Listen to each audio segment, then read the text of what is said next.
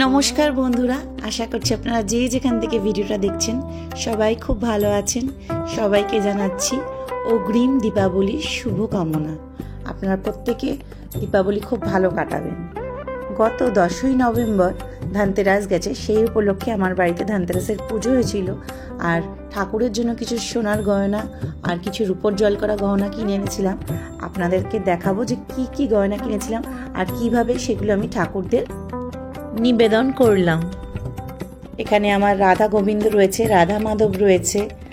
আর আজকের দিনে মানে আজকে নরক চতুর্দশীর দিনে বাড়িতে আমি আজকে বজরংবলীর পুজো করেছিলাম এবং রাধা মাধবেরও পুজো করেছিলাম।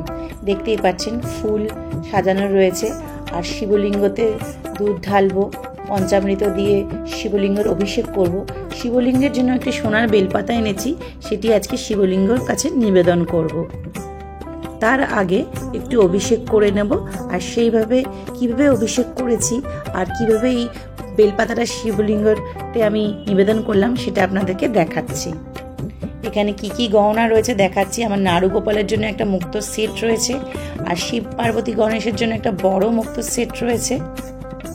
গোপালের মুক্ত সেটটি সোনার, কিন্তু এই বড় মুক্ত সেটটি যেটি আমার শিব পার্বতী গণেশকে পরাবো ওটা কিন্তু সোনার নয়, রূপোর উপর সোনার জল করা রয়েছে। কারণ অত বড় সেট আমরা সোনার তৈরি করাইনি এই মুহূর্তে। আর সোনার কানের রয়েছে ছোট নাড়ু গোপাল সোনার জন্য, আর কিছু টিপ আর বেলপাতা রয়েছে। এই সমস্ত গয়নাই আমি ঠাকুরদের কাছে নিবেদন করেছি। কালকে দেখতেই পাচ্ছেন ধানতেরাসের পুজো করেছিলাম, এখনো সিংহাসন পাতা রয়েছে। আর এই যে বজরংবলীর আজকে পূজা হয়েছিল, যেহেতু আজকে নরক চতুর্দশী, আজকের দিনে ভগবান শ্রীকৃষ্ণের বিভিন্ন রূপে অর্থাৎ ভগবান শ্রী বিষ্ণুর পূজা করা হয়ে থাকে আর বজরংবলীরও পূজা করা হয়ে থাকে। এটি খুব শুভ বলে মনে করা হয়ে থাকে। আমার রাধা মাধবের উদ্দেশ্যে দুটি সোনার টিপ এনেছি। আর এখানে সবার প্রথমে শিবলিঙ্গ অভিষেক করে নিচ্ছি পঞ্চামৃত দ্বারা। দুধ, দই, ঘি, মধু, শর্করা আর গঙ্গাজল একসঙ্গে মিশিয়ে আমি পঞ্চামৃত তৈরি করে নিয়ে ওম নমঃ শিবায়, ওম নমঃ শিবায় এই মন্ত্র বলে শিবলিঙ্গের আমি অভিষেক করে নিচ্ছি। ওম ত্রয়ম্বকম যজামহে সুগন্ধিম পুষ্টিবর্ধনম উর্বারুকমিব বন্ধনম মৃত্যুর্মুক্ষী মমামৃতাৎ। এরপর গঙ্গা জল দ্বারা অভিষেক করে নিচ্ছি। প্রত্যেক বছরই ইচ্ছা থাকে যে বাবা মহাদেবের কাছে কিছু নিবেদন করব, সেটা করে উঠতে পারি না। কিন্তু এই বছর বাবার উদ্দেশ্যে আমি সোনার বেলপাতা নিয়ে এসেছি। এর আগে রূপোর বেলপাতা ছিল, কিন্তু সেগুলো সবই ফুলের সঙ্গে সঙ্গে হারিয়ে যায়। কিন্তু এই বছর বাবার কাছে এই সোনার বেলপাতা নিবেদন করছি। এটার উপর একটু আঠা লাগিয়ে নিয়েছি, তারপর এইখানটাতে বেলপাতাটা লাগিয়ে দিচ্ছি। দেখুন ঠিক এইভাবে। এর আগে অনেকবার বহুবার আমি রূপোর বেলপাতা দিয়েছি, কিন্তু প্রত্যেকটাই আমার ফুলের সঙ্গে হারিয়ে গেছে। বাবার পাদুকা জোড়াও হারিয়ে গেছে ফুলের সঙ্গে। তাই এবার সোনারটা দিয়েছি আর এইভাবে আঠা দিয়ে লাগিয়ে দিয়েছি। অনেকে বলে তেল সিঁদুর দিয়ে লাগাতে, কিন্তু তেল সিঁদুর দিয়ে লাগালে সেটা থাকে না। এরপর বেলপাতা আর নীলকণ্ঠ আর শ্বেত অপরাজিতা বাবার কাছে নিবেদন করছি। ওম মহাদেবং মহাত্তনং মহাযোগী মহেশ্বরম মহাপাপ হরদেব মকরায় নমো নমঃ। এরপর আকন্দের মালা নিবেদন করলাম।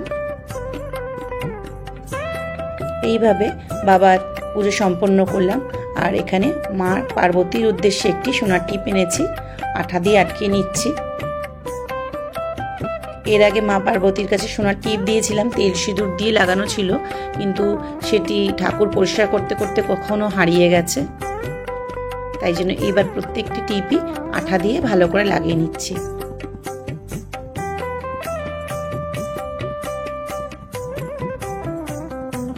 খুব সামান্য ছোট জিনিসই ঠাকুরের কাছে নিবেদন করেছি, কিন্তু নিজের জন্য কিছু কিনিনি।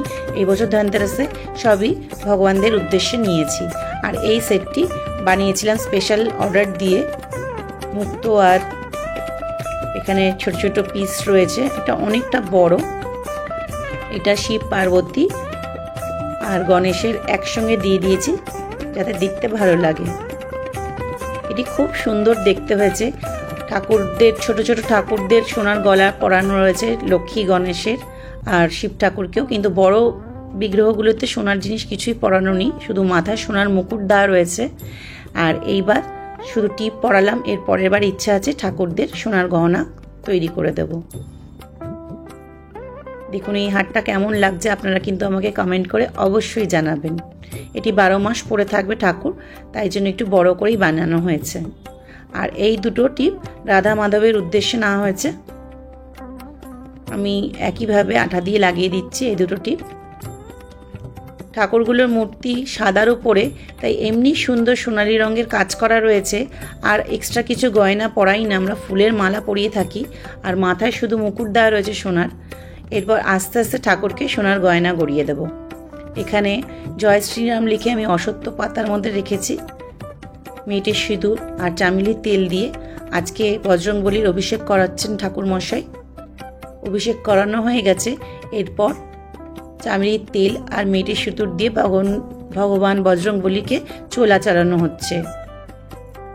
আমি সবসময় ভগবান বজরংবলীর পুজো করি, কিন্তু ওনাকে স্পর্শ কখনোই করি না, কারণ উনি ছিলেন বাল ব্রহ্মচারী।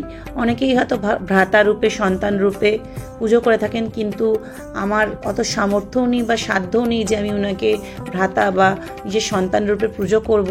তাই আমি ওনাকে দূর থেকেই পুজো করি আর নিজের মনস্কামনা জানাই, আর উনি বারংবার আমার মনস্কামনা পূরণ করে থাকেন। দূর থেকেই আমি ফুলের মালা, ফুল, ভোগ সবই নিবেদন করি, শুধু স্পর্শ করি না। এই যে ওনাকে এই মালাটি পরিয়ে দেওয়া হয়েছে, এই মালাটি কিন্তু আমি তেল সিঁদুর দিয়ে লিখেছি। মালাটি তৈরি করতে পারেন আপনি যারা চান। আর এখানে হচ্ছে নারুগোপালের মুক্ত সেটটা, এইটা কিন্তু সোনার তৈরি।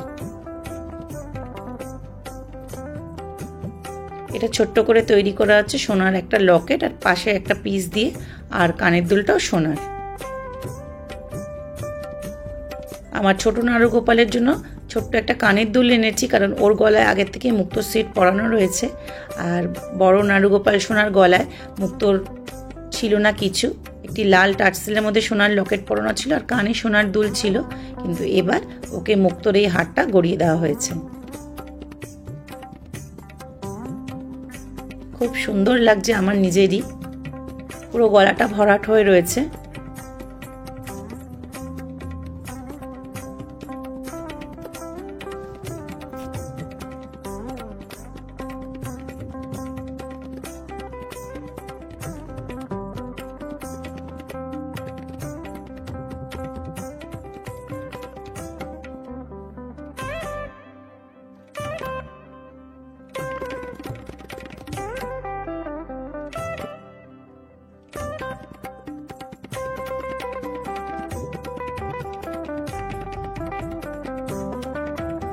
দেখুন গলায় কানে পরিয়ে দিয়েছি, কেমন লাগছে আপনারা কিন্তু অবশ্যই কমেন্ট করে জানাবেন।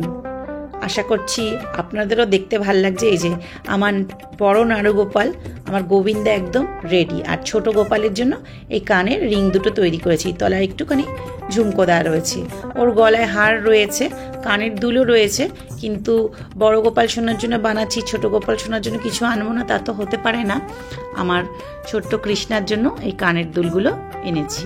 এই কানের দুলগুলো পরাতে একটু অসুবিধা হচ্ছে, কিন্তু এগুলো সবসময় পরানো যাবে, তাই এরকম রিং ওকে করে দিয়েছি। রিংয়ের মধ্যে ঝুমকো, একটু বড়ই হয়েছে কিন্তু ভালো লাগছে দেখতে।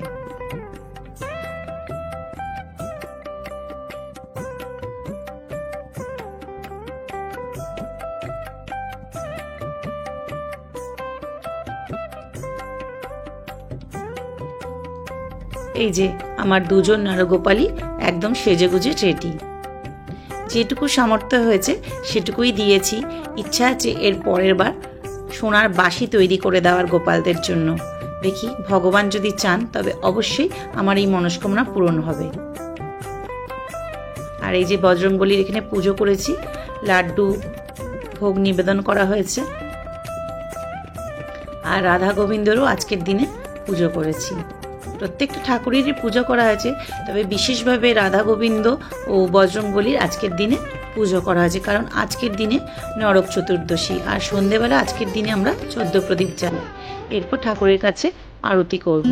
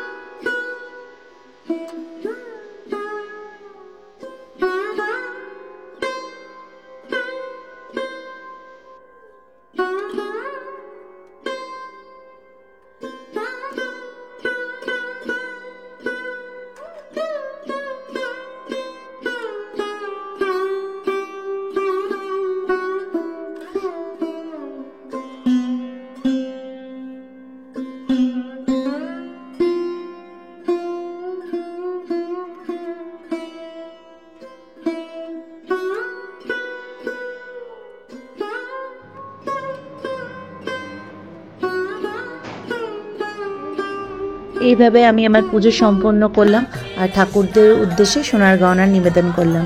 আশা করছি ভিডিওটা ভালো লেগেছে। ভালো লাগলে চ্যানেলটা সাবস্ক্রাইব করে সঙ্গে থাকবেন। ধন্যবাদ।